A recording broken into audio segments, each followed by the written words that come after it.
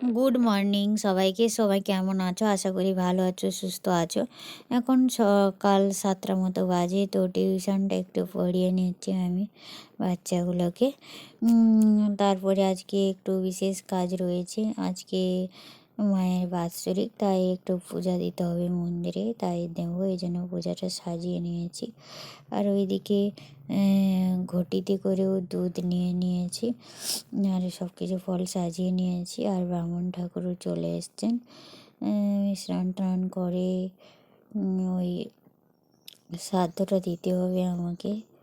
গলাটা বহুত কষ্টের ব্যাপার, এই কাজটা করাও আমার বহুত প্রচুর কষ্ট হয়েছিল, কিন্তু করতে হবে। আজ থেকে 2 বছর আগে আমার মা মারা গেছিলেন।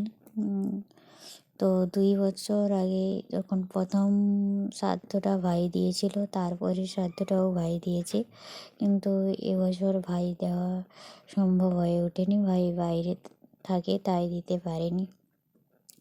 আর সব মেয়ে ছেলেদের জীবনে মা একটা অমূল্য সম্পদ, কিন্তু মা যাদের হারিয়ে যায় তারা বোঝেই একমাত্র মায়ের মূল্য কী। যাদের থাকে, অনেকে আবার থাকতেও তার মায়ের মর্ম বোঝে না। কিন্তু আমার মা নেই।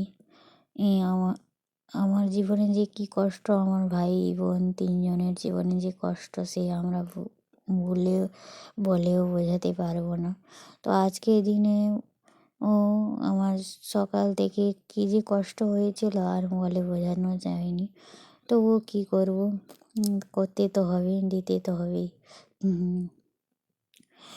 আর কি বলবো সবাইকে, বাড়ির সবাইও মানে মন মেজাজ কারোর কিছু ভালো নেই, তাও কি করবো, আর তাও দিতে তো হবে।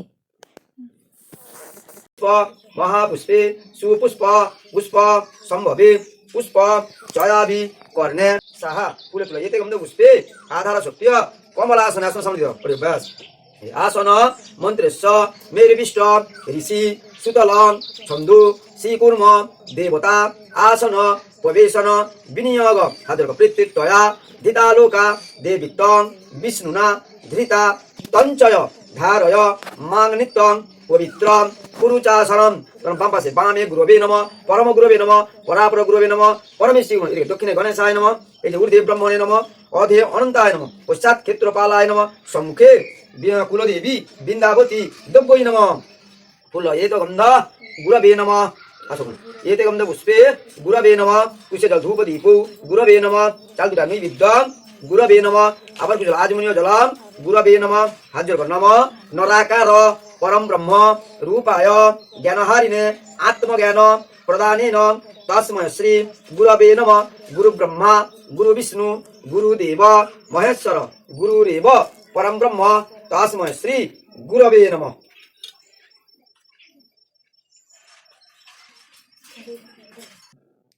তো এই যে শ্রাদ্ধ দেওয়া হচ্ছে, কাজ চলছে। আর ওইদিকে আমার জেঠুর বাড়ির থেকে দাদা বাড়ির বৌদি এসেছিলো, বড় বৌদি এসেছিলো, ফল টল একটু কেটে দিল। আর ওইদিকে পুজোটাও নিয়ে যাবে ও। আমি তো তখন এখানে শ্রাদ্ধটা দিয়ে ফেলবো, শ্রাদ্ধর কাজ শেষ হয়ে যাবে।